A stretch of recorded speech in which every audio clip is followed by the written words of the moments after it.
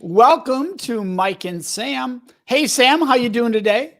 I'm doing okay. It's been challenging past few days. It has been, yeah, challenging week and a half, and for some challenging for several months, for some much longer.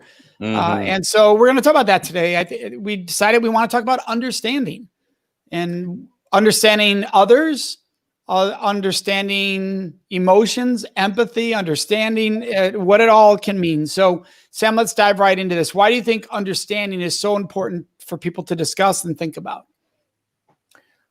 Well, that's a powerful word, and there's a lot there. Where to start? Boy, I'm about service. That's what it's all about for me. I believe that we're supposed to find what our purpose is in this world, and our purpose is going to be reflected in some form of service. I don't think earning $1 million is our purpose. That can be a goal. You can want to earn financial freedom, but your purpose is going to be expressed in some form of service. And I think to serve people, you have to serve people where they are, and you have to get to know them, and you have to understand them. And so we think we understand people. We think we understand the situation, but just because we think it doesn't mean it's true. And so gaining understanding is something that takes a lot of time, a lot of energy, and a lot of effort. And most people don't put that kind of time and energy in to truly understand others. They think they know them, but they probably haven't invested the time to really get to understand what they're going through, what they're experiencing, what they believe, and those sorts of things. Yeah, what a lot of people want to do, and we all do it at times, is we jump to assumption instead of asking. They both start with the same letters, but they're very, very different. Assumption versus asking. Assumption is I can assume what you're going through. I can assume what you're feeling based on my perspective of what I'm watching you do. Right. And that's the whole problem. It's based on your history, your perspective, your lens, and how you see the world.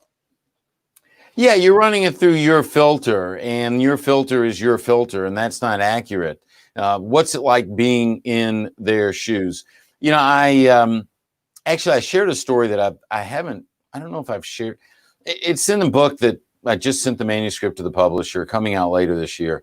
And it's about a woman that used to work for me, Sharon, and Absolutely. She's African-American. Yep. And we're at the airport where she travels with me. I have a speech. She was there. We're getting ready to go home. We get to the airport. Turns out we get there and there's some earlier flights. And I go, Sharon, you ought to get on the earlier flight. She says, great idea.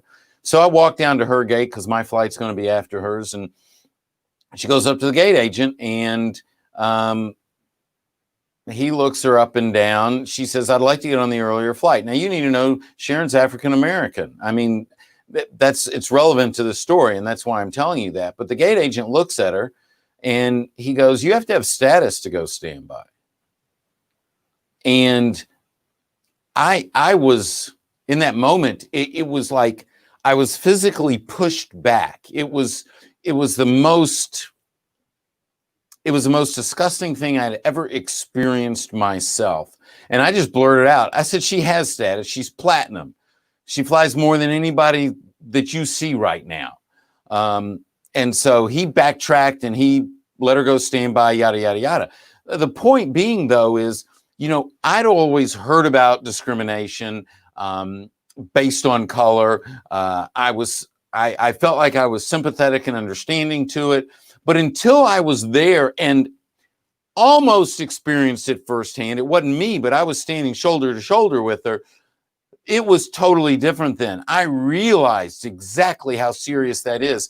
And so we can say we understand someone's situation, but unless we make a significant investment in really getting to know them and experiencing them, we don't truly understand their situation. Yeah, I would say that even in a situation like that with you and Sharon, we still don't understand Sharon's experience. We better understand it, right? But Exactly. We don't understand it because Right. it was still from your perspective, right? And so that's a great example. I had somebody, and I think this is a great question for you and I to address. Somebody reached out to me recently because I've been doing some live stream panels, as you know, and we have one tomorrow, Thursday, 10:30. We're going to do one on YouTube. And this person asked, Mike, I'm asking this question sincerely. And so this person could be watching right now. There are things I'm afraid to ask, and I don't want to say the wrong thing. I don't want to do harm. My son's friend who lives in our neighborhood is over a lot. He is a Black individual. And how do I help talk with him about what's happening in the world? How do I appropriately say it without saying the wrong thing? And what he was really trying to ask was, how do I help understand him so I can be more of a support, more of an ally in those moments, or talk to my son about talking to us. And right away, my heart was like, ask him. There's only one way I can know how to best support someone. Ask the person. If we don't get in a conversation with people, and if we don't enter the conversation with not with an agenda, not trying to prove something or prove our opinion, but truly wanting to learn and enter it with an open heart. If you do that, then you're going to gain that understanding. You're going to gain connection. You'll have a meaningful conversation. We have the chance to grow. Some people try to get into conversation with an agenda. They just want to prove their point. They're trying to sell something. They want to get you to buy in. And by sell something, I'm not talking about a product or service. I'm talking about an idea, a concept, a belief. And so it's yes, we need to enter into these conversations, enter them with an honest and open heart, with the goal of better knowing the other individual, better knowing what their trials and tribulations are, and specifically ask, how can I better serve you? How can I be here for you? How can I help? There was a great interview the other night on the Tonight Show, 2 nights ago. It was on Monday night, and Jimmy Fallon was interviewing Don Lemon from CNN, and Jimmy goes, "What can I do to help?"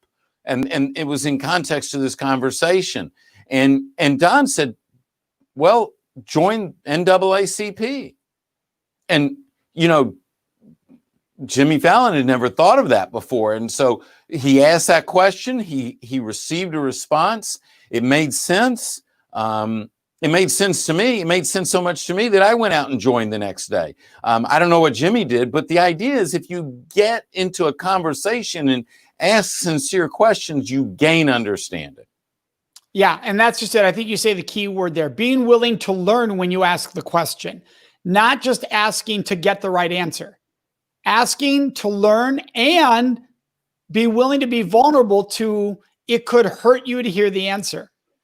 Because sometimes you're going to hear an answer that reflects back on your own past history, actions you've chose, words you've said, that you're going to be like, oh my gosh, I've done that. And the natural mechanism can be, but I didn't mean it that way. But I didn't mean it that way. Instead of, thank you for sharing that, because I have made that mistake in the past and I would never want to make that mistake going forward. Like owning it. Trying to deny it makes the other person feel like you're acting like this doesn't really happen, or as long as they don't have the wrong intention, and it takes away from their actual experience. Exactly. And what that makes me think of is a message that I share with my audiences all the time. No matter what the topic of that particular day is, are you looking to get better? Because that should be the goal. Are we looking to be better? If we're dealing with an organization that's at the top of their field, they're number one, they got to be that way because they wanted to be better. Well, do they still want to be better? Do you and I want to be better? And if we're trying to be better people, better human beings, better fathers, better sons, better leaders, whatever it is, then we engage with the idea of growing through that and being willing to be transparent, to say, I've made mistakes. I'm sorry. I've messed up. And not trying to enter the conversation to prove that you were right, but enter the conversation to learn, to grow, to be better. That's the intent that's going to take to drive past any barriers. Because here's the thing. If we don't enter the conversation that way, then what happens is we ask a question, someone shares something with us, we don't hear it because we're just, yep, I got that, I master that, I do that. We're filtering that all through instead of going, oh my gosh, and really hearing what they have to say, and then being willing to be vulnerable and say, you know what, I've been screwing this up. I am so thankful for you sharing that with me. Yeah, it's so important. And by the way, if you're watching right now, please leave a comment because we want to hear from you. We want to understand your perspective on this, how you view what's happening. It's all about understanding. That includes anybody watching this right now. So please feel free to leave a comment because we'll highlight them if they're appropriate to have in this discussion. We'll bring them in the discussion because this is so pivotally important, is that conversation of how we understand each other. And it doesn't have to be any one specific topic. Right, Sam, you and I, how we listen to each other can depend on where we're at on a day. There are days we're not at our best place, and I'm not the best listener for Sam, and Sam might even feel that, right? And so sometimes we have to understand when it's the right time to have these conversations. Now, that doesn't mean put them off long term, because then we're ignoring the topic, we're ignoring the problem. But it might be the next hour's not right for me. I'm in a very unstable, I'm feeling emotionally unstable. I need a couple hours to just relax, bring it down, and then engage in the conversation. Well, and that's it. We've talked about this before. Be present in the moment. Don't ask a question if you're not willing to sit and truly listen and truly learn. And so that understanding then in that moment, if you're truly listening, truly engaged, you have to gain greater understanding. And if you gain greater understanding, then hopefully you'll gain greater compassion. It's not empathy that'll drive you to action. It's compassion that will drive you to action. And so when you gain that compassion from that understanding, hopefully that drives us to action, to doing something that signifies that we are being better. And if we're taking actions that recognize and signifies we are being better, we're going to get a better result. Well, yeah. And I do want to bring up empathy, because I know you said it's not empathy that drives you, it's compassion, and empathy starts the compassion. I'm a big believer. I was once talking to a bunch of leaders in the U.S. military, doing a training for them. And one of them spoke up. He was an admiral.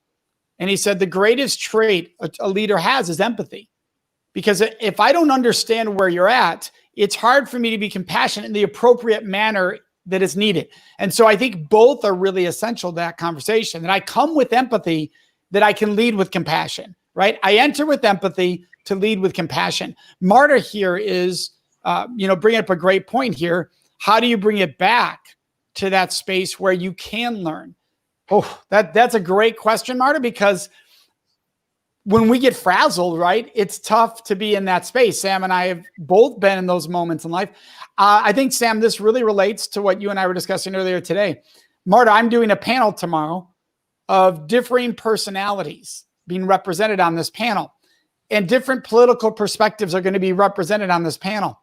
And some people said, how dare you engage people of this certain belief or system? And others became defensive. And you could see the defense mechanisms coming up in all different directions. And I was like, whoa. Let's not make this personal, even though that can be difficult, right? Because for some, it is personal. But let's remove name calling. Let's remove any words that are individually attacking. And let's see, if I were to lead this conversation with love and respect, how I would word this. And so, Marta, that's one thing that I would recommend. I would say we step back and go, if I were to lead this with love right now, what would I say? What would be the way I would word this? Sam, what do you think? Well, here's the thing.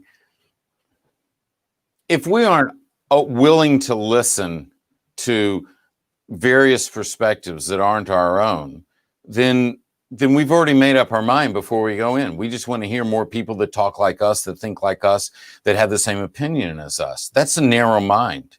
And so I think if we don't open the conversation up to people that do have varying opinions, but are willing to speak with respect, to share with respect, to listen with respect, I think that's where we gain this understanding.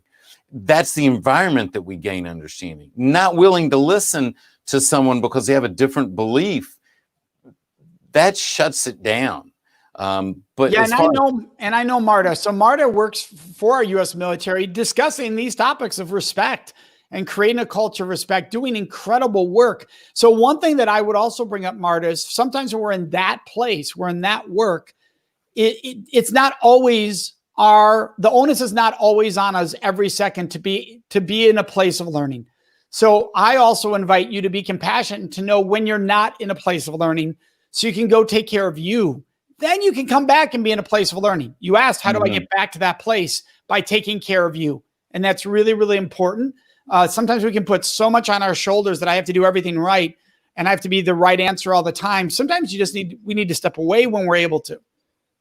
Yeah. And so, and I see we have a comment here from Michelle Matt. She says, hi, it's great to have you visiting with us today and listening in. Appreciate your participation in the conversation. You don't always have to, and this is great. Michelle's just sitting here and saying hi. She's not expressing an opinion. She's not asking a question. She's just letting us know that, hey, she's here and she's supporting. And that goes towards understanding also. When you enter a conversation, it's not about monopolizing the conversation. It's not trying to direct the conversation. It's being a part. It's taking up the right amount of space. And sometimes the right amount of space is just listening. It's just being present. It's just supporting someone. And that can be really powerful as well. And quite frankly, you're going to gain a lot more understanding when you're doing the listening than when you're doing the talking. Absolutely. I think a key thing here to think is, what does this person need right now? Like, this person could be bringing what feels like hatred at you. So maybe you ask yourself, what does this person need? Right? Maybe that person needs understanding, and they wouldn't be so visceral if somebody had taken a moment to understand them. In my program's a very controversial topic in some people's minds. And so there are times in my program, people come at me very aggressively, where most speakers aren't used to that from stage. It happens in my line of work. And the one thing I want to do is I want to engage that person. I want to be, hey, thank you for sharing. Let's talk about this, so that they know that this is a conversation. I'm not there to prove them wrong. Here, I'm going to bring up that comment from Daniel. This is great. This is everything you gentlemen have said so far. I agree with. When I have facilitated conversations about privilege, especially white male privilege, working through the initial defensiveness slows the process to understanding and compassion. Absolutely. Well, the challenge is that I'm not going to say most of the time, but certainly many times, and maybe most of the time, in this situation, someone that has white privilege, or white male privilege, they don't realize it. And it's, in all fairness to them, it's just the way it's been. It's what they're used to. They don't know that it's any different. That's all part of what's going on. And so they don't realize it. So yes, so you do have to somehow find a way to break through that barrier that is built just out of not knowing. And so being able to elicit, to ask questions, to communicate effectively, to not try and prove someone wrong, but to shed light on a situation and to hopefully deliver some understanding, getting back to that word, then what happens is that individual opens up. And then if they are truly coming at the conversation with an open heart and a desire to be better, then what they're going to eventually get to is go, oh my gosh, you know what? I never looked at it this way. I never saw it this way. I never realized it was this way. And when that happens and they gain that understanding, then you're in a position, Daniel, to be able to teach and to elevate these people to be the best they can be. Yeah, and we could do a whole show, and maybe we will down the road, on white privilege, because it is an important topic of understanding. And here's the key. That person also might have an understanding in their mind that by saying white privilege, we are implying they've done something wrong.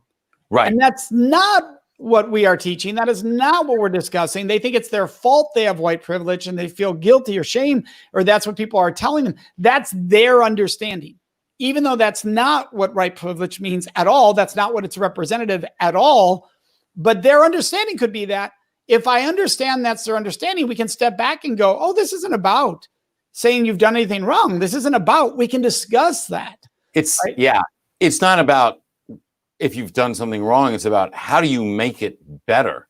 You know, on my mother's side of the family, I'm first generation American, U.S. citizen. My father, my grandparents on my father's side came here just a few years, like 3-4 years at tops, before he was born. you know, the issues that we're facing today go back 400 years. My ancestors were not in this country 400 years ago, 300 years ago, 200 years ago, 100 years ago. But I, as a white male in the United States, benefit from the situation that is present. But if I don't have that understanding, if someone like Daniel or someone else hadn't taken the time to sit down and have a conversation with me, I would not gain that understanding, and then I would not be in a position to act differently. And that's the whole goal. Through gaining understanding, we learn. And when we learn, we can act differently. If we gain understanding and we don't act differently, then it's all for naught. But if we truly want to be better, or we want to create a better community or a better world, then we have to take the time to gain the understanding and then use that understanding to act differently. I think that's a beautiful place for us to pause at and wrap up at, because that's what it's all about. Understanding is about enabling us to make better choices going forward. And those choices could be with language, they could be with actions, but that's what understanding is all about. That's what we want to talk about today. Hey, Sam, thanks for joining me today. Hey, it's my pleasure, Mike. It's great to be here. And for everyone that's watching, we really appreciate you being here. We appreciate the comments. We'd love for you to subscribe. You know, you can go to youtube.com, the Center for Respect, or YouTube, Sam Silverstein, subscribe. Click on the bell so you get notices when either one of us post something, and we'll see you next time.